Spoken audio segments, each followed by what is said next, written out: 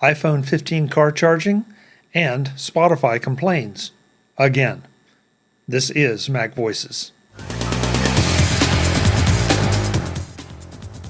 Today's edition of MacVoices is supported by the MacVoices Dispatch, our weekly newsletter that keeps you up with everything MacVoices is doing.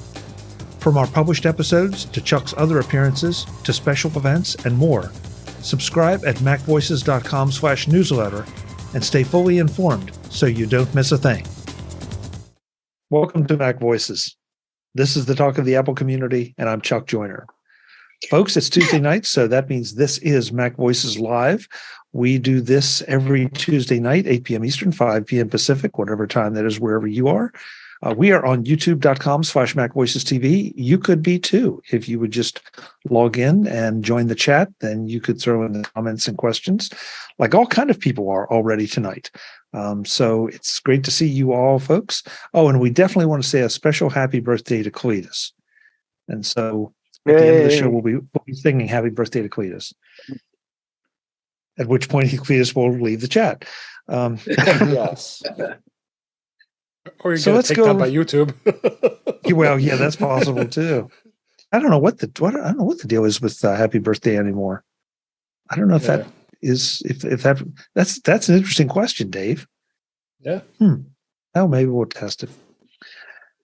Here we go. Let's go around the room. Let's find out who's here, and then we'll get to everything. So, as always, on the top left of my screen, David Ginsburg. David, good to see you. It's great to be here, Chuck. Thanks for having me. Looking forward to some good chat this week. Always never a dull moment when it comes to Apple. Yeah, it seems like it's never a dull moment when it comes to anything right now. Seems it. Speaking of never a dull moment, Jim Ray is here.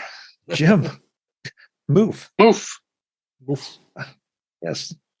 I love Jim's just one word introduction, and it's an Apple word, so that's cool. That's cool. Brian Flanigan-Arthurs is here, sporting the first of two ties of the show for the evening. Brian, good to have you. Thank you. So good to be here. Yeah, Brian warbled a little bit, but we heard you, so. Okay. Eric is Bolden. Bolden is here with a big orange shirt, and he's still in the woods. Eric, good to have you. Maybe if I asked for directions, I could get out of these woods, but maybe another week. We'll see.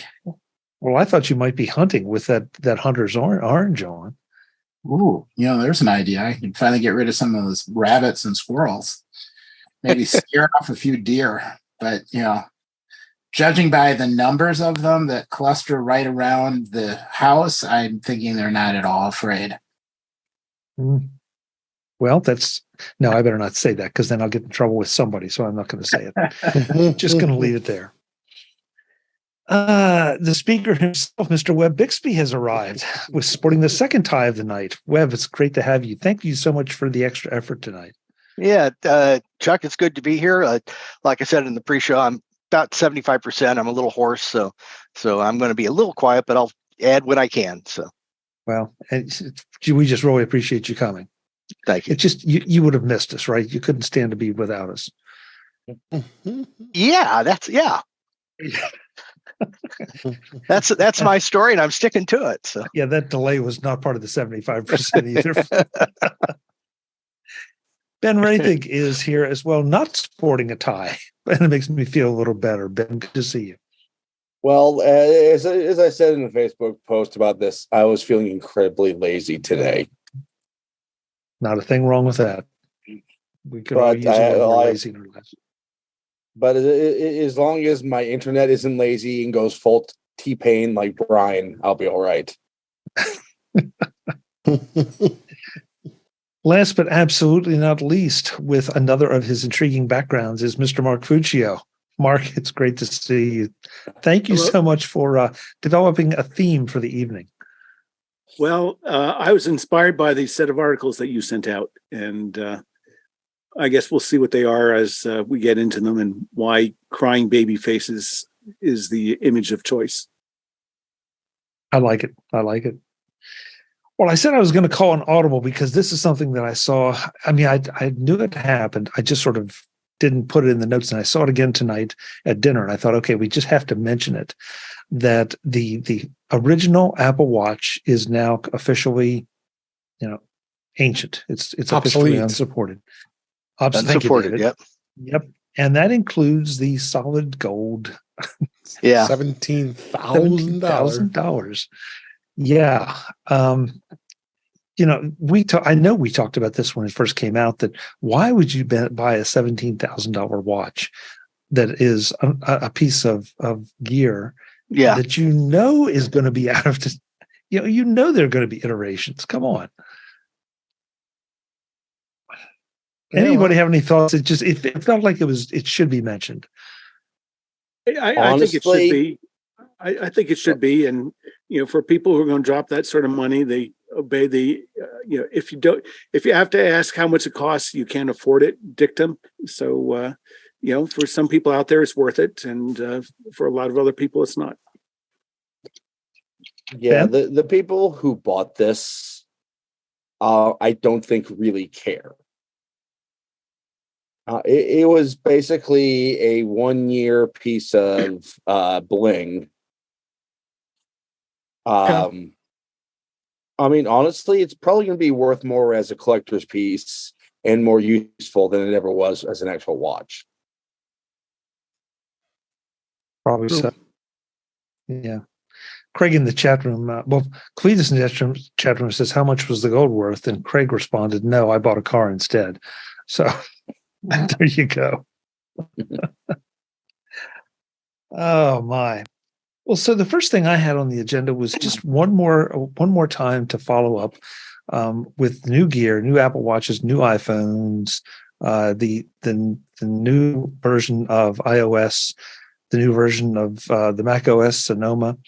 Anybody have anything interesting to report, good, bad, or indifferent, about this as we went along? I have not installed Sonoma yet. So. Okay. All right. Is that just not enough time, or? Yeah, that I'm out of town, but I kind of like software, let it settle for a week or two before I do it. So that's kind of my modus operandi. But I got my computer, my wife's computer, my second computer, my laptop, 2 at the office. So do it all at once. So. Wow, that's a brave man, because I'm not sure I would want to do them all at once. Sequentially, but same day. Yeah. So. Yeah. But I can also understand, because you bounce stuff back and forth. The only thing I thought I would bring up, and I'm not sure if I said this on the Mac show, on the British Tech Network, or here, but I've been using the accessibility, or was using the accessibility, double tap on the watch, not the new one, because this is not a new watch, and it's just released, I guess, in beta, that capability, because I know David was showing it off earlier. Angle it. Yeah, but what I was finding was that my battery for the first week seemed, after installing the new OS, really was kind of sad. I mean, I was ending up, before I could go all day and still have a good 50, 70% left. And I was down to 5 and 10%. And I was attributing it to the fact that I had that accessibility feature turned on. And then over the weekend and since, the whole battery issue has disappeared. I have not changed the accessibility setting.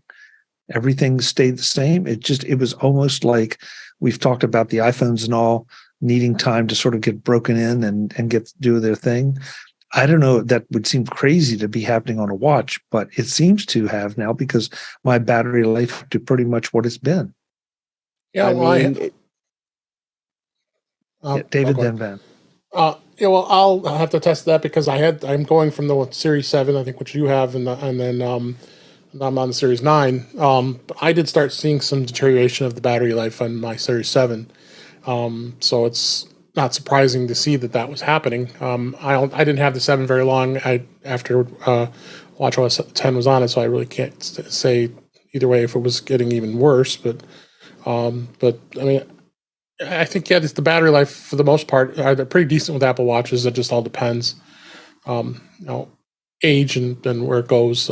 But Yeah, Ben. As much as we call it a watch, it's a computer just like an iPhone or a Mac. right. It takes a little bit of time to recalibrate after the new OS.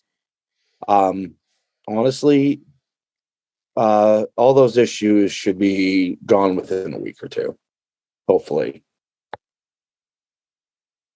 Ben, I would agree with you, and I guess it just surprised me because one of the things we talk about with the iPhone is the need to go through and catalog all the data and all the photos and all that stuff you have on it, and I guess rearrange things.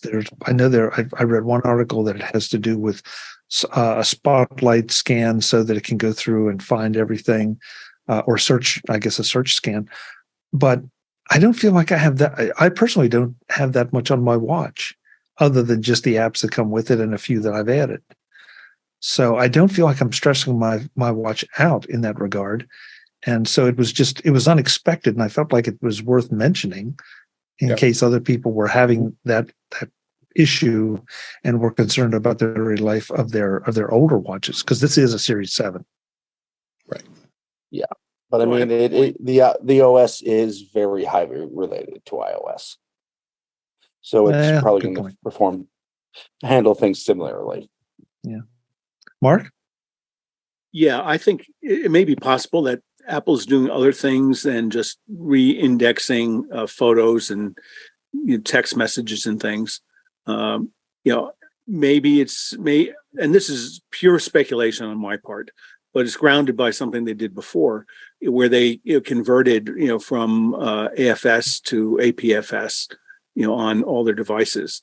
So given the fact that it seems to be so prominent on from watch to phone to Mac, it makes me wonder if maybe not they're making some changes to the file system, and it's one of the things that's just buried in the background. And because that could account for diminished battery life, because that takes a lot of CPU cycles in order to reformat an entire file system and change it. Also maybe relative to the phones, I noticed that both on iPad and iPhone, it seemed that the install went a lot quicker than in prior years, which leads me to wonder, okay, are they doing some low level disk and storage manipulation, so that they download it, they install it, and then they go back and clean out, as a background invisible process to the user, clean out the prior OS version. So that's something they could do very handily, because they support snapshots, so they could just download it, sign it, and boot from that. So all these sorts of things that make it seem faster and smoother. There's background work and cleanup that needs to be done. I'm just speculating that might be part of the power drain and first couple of days shorter battery life or warm devices that we've been hearing so many reports about.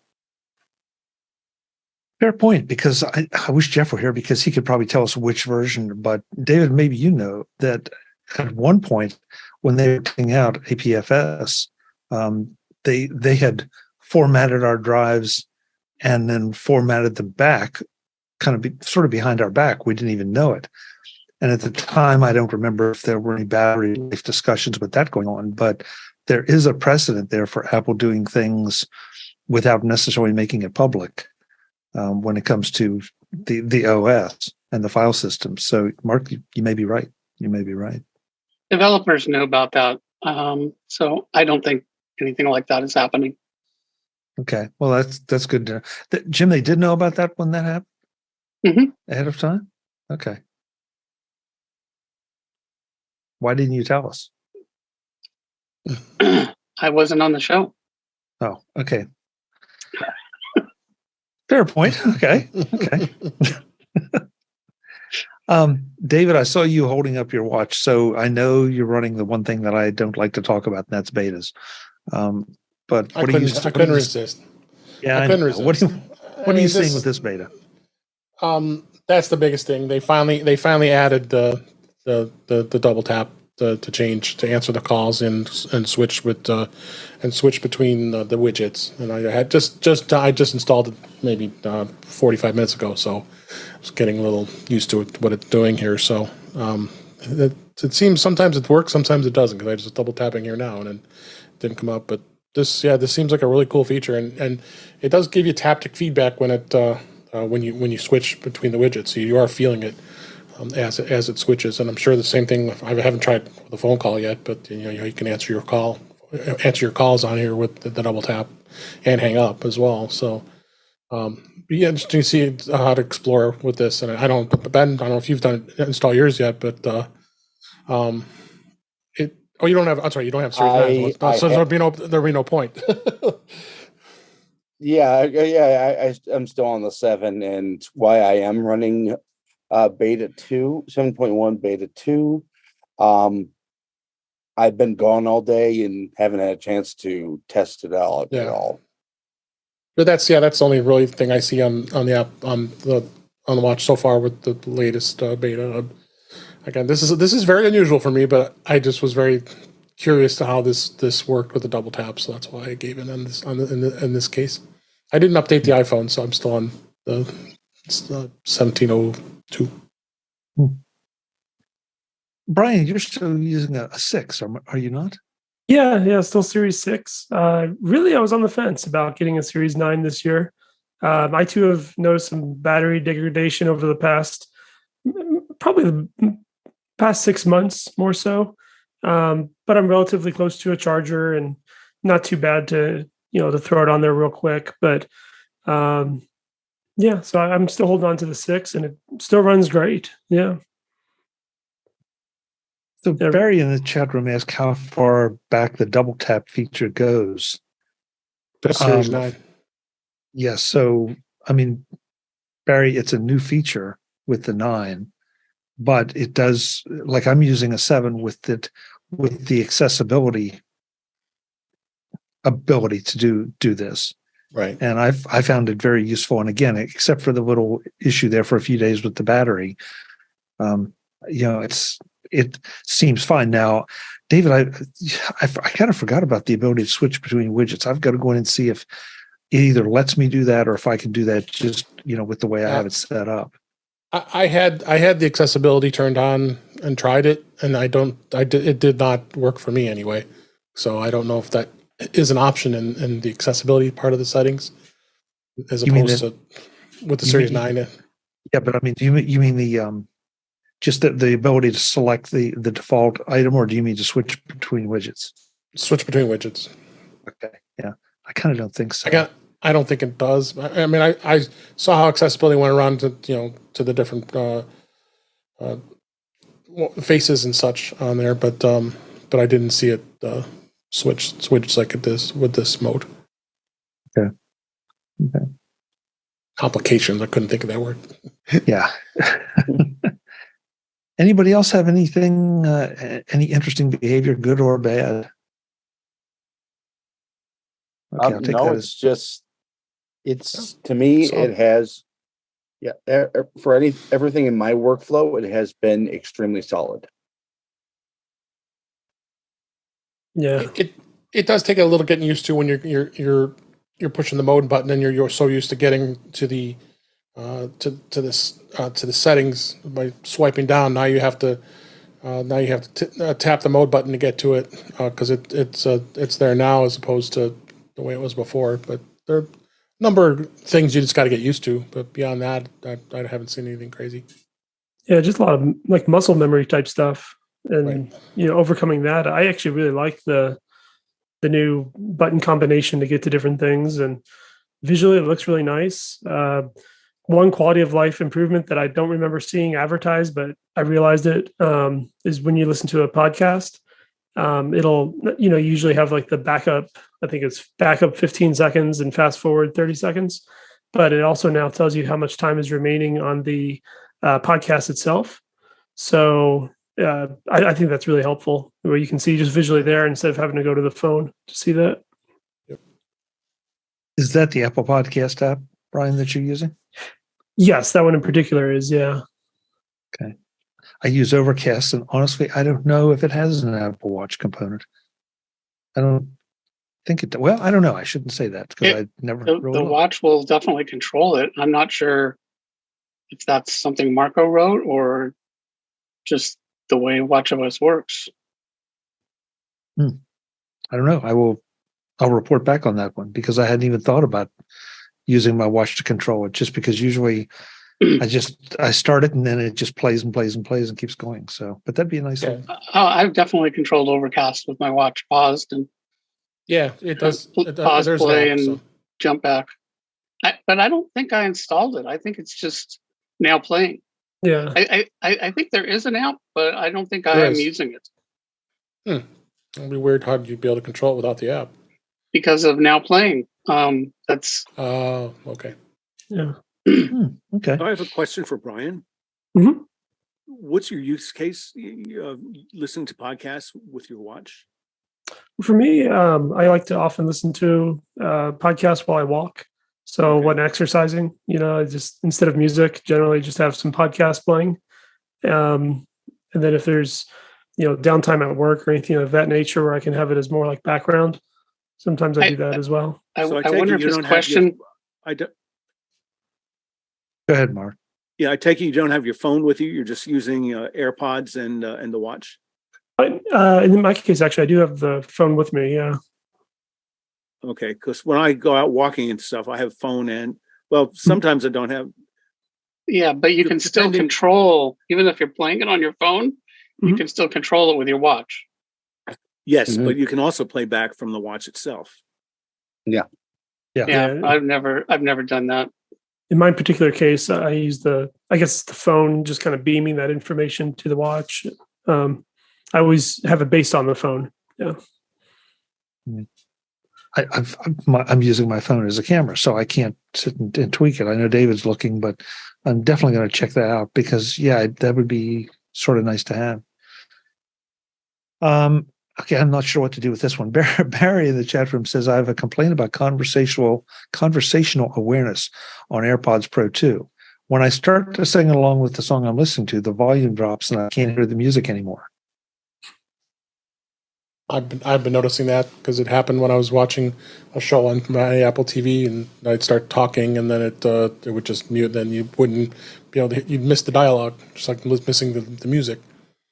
You mean you started talking, David? I started talking because I was talking to somebody in the room, and then it just muted out the sound, but kept playing. It'd really mess things up if the song lyrics had "S Lady" as one of the song lyrics. Start singing that out loud. Whole thing goes into a big loop. Yeah. Barry, all we can say is probably just don't sing along with the song. And the people around you may appreciate that even more. I don't know. I don't know what kind of voice you have. Barry says, can't the AI tell the difference between talking and singing? Apparently not. Apparently not. Have you ever used Siri? Oh, man, you just triggered it. Okay. Yeah. S Lady can barely tell the difference between rooms. It's not really quite related, but this reminds me of, did you guys see the thing of Kelly Clarkson singing to a busker in Las Vegas? No. That was, I guess she was walking to her rehearsal or something, and there was somebody singing with a little mic, and then the person was like, here, you want to sing? And so she started singing. The person didn't realize who it was until she was singing for like 20 seconds. And she's like, oh my God, you're Kelly Clarkson. and somebody got it on video. Oh, of course. Well, one thing that does seem to be creating some problems for folks, and I'm putting this in the chat, and of course, chat room, I'm sorry, I'm trying to put it in the chat, but I don't think it's going so, but it will be in the show notes. There seems to be an issue with iPhone 15 and certain car chargers where the combination of putting that on the car charger for your BMW or Audi, I think there were a couple others, wipes out the NFC chip and causes some other issues. and some of the stories are trying to pin it to the questionable heating issue that seems to be going on, and Apple has acknowledged that there's a bug in iOS 17 that may cause your iPhone to heat up a little bit too much. But this just seems weird that it would be happening, because I haven't seen any reports of any kind of chargers damaging the NFC chip, and it seems to be happening on the what do you call it? I guess the charging platform in some of these vehicles. I read an article that said it might not just be the iPhone 15. There might be other models also. Okay. Well, Barry in the chat room put in something that I thought, which surprised me. He says, "Isn't that the Qi charger, not plugging it into USB?" And yeah, Barry, that's my understanding. And also the fact that this is a Qi charger, so it's not a MagSafe, so it's not putting that much juice through it. And yet, this thing seems to keep cropping up. You would think with all the third-party, Qi chargers out there that this would be something that would be more common. I don't know.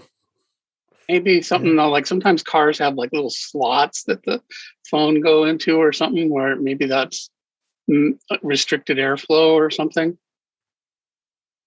Webb, I want to ask you, because I know you have a Tesla, and I believe Tesla was one of the other brands named that this was happening on. Have you seen any of this, or can you enlighten us?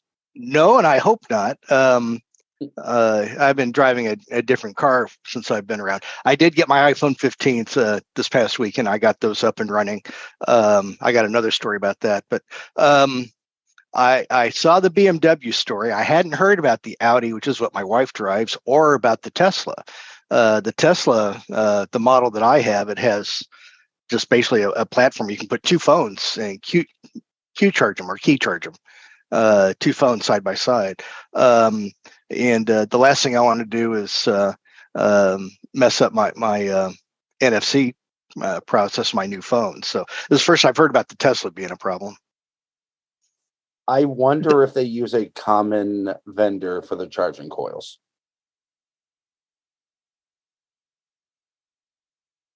Not unlikely. Yeah.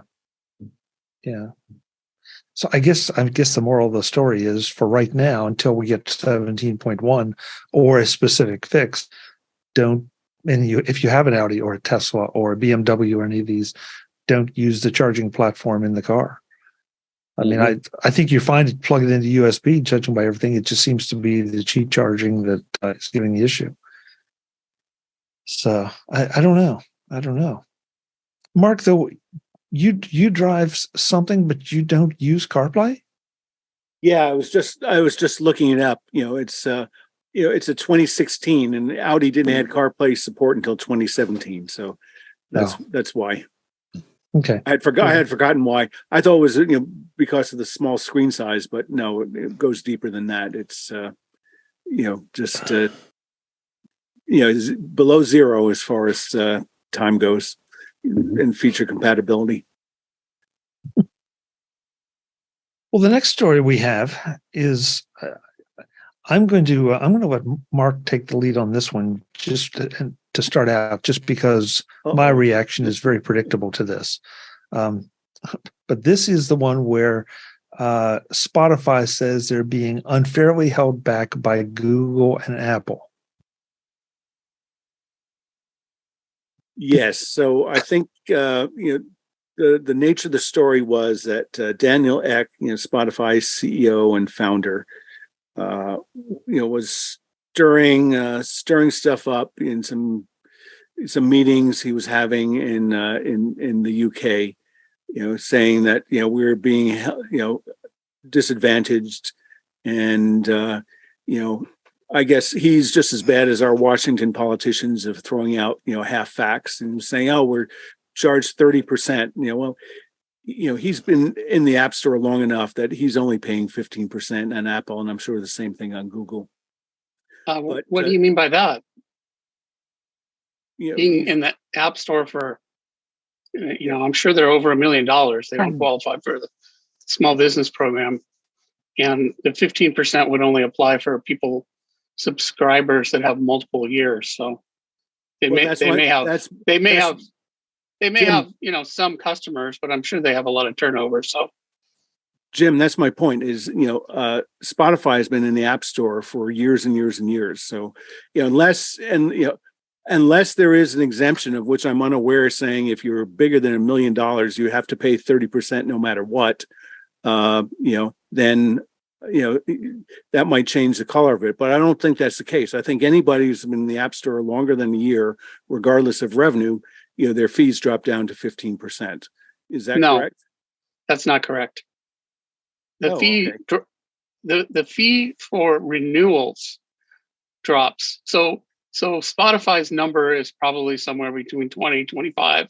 It depends on, what their fraction of new subscribers versus renewals is. So if somebody signs up new for Spotify, Apple's going to take 30%. But if that subscriber stays and then renews after a year, then for that subscriber, it will drop to 15%. Okay. I understand what you're saying. So it's tied to the longevity of the subscription, not the provider. Yeah. Right. But since Spotify likes to boast about how low their churn rate is and how their subscribers keep growing, I think it's a fair bet that the majority, over 85, 90, maybe over 95% of their subscribers are only paying 15%. And that's what Spotify is being tackled at. But anyway, going back to the story. So, Daniel Ek was in the UK, because the UK is going through hearings in their government processes about, their Competition and Free Markets Act. So, Daniel was out there, being a crybaby, saying, we're being disadvantaged by Apple and Google.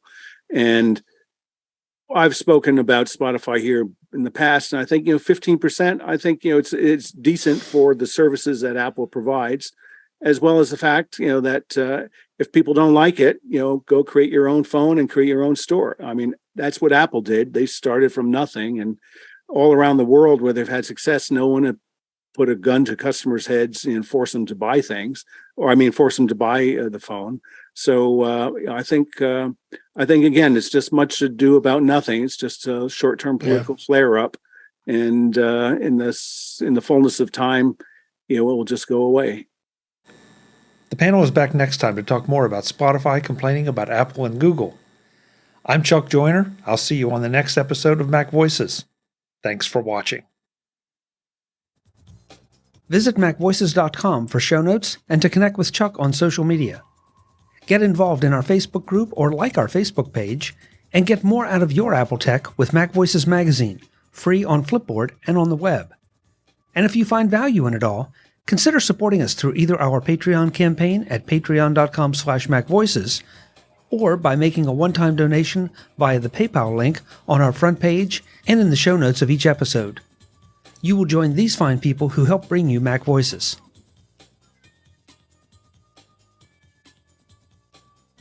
Advertising handled by Backbeat Media at backbeatmedia.com. Bandwidth provided by CashFly at cashfly.com.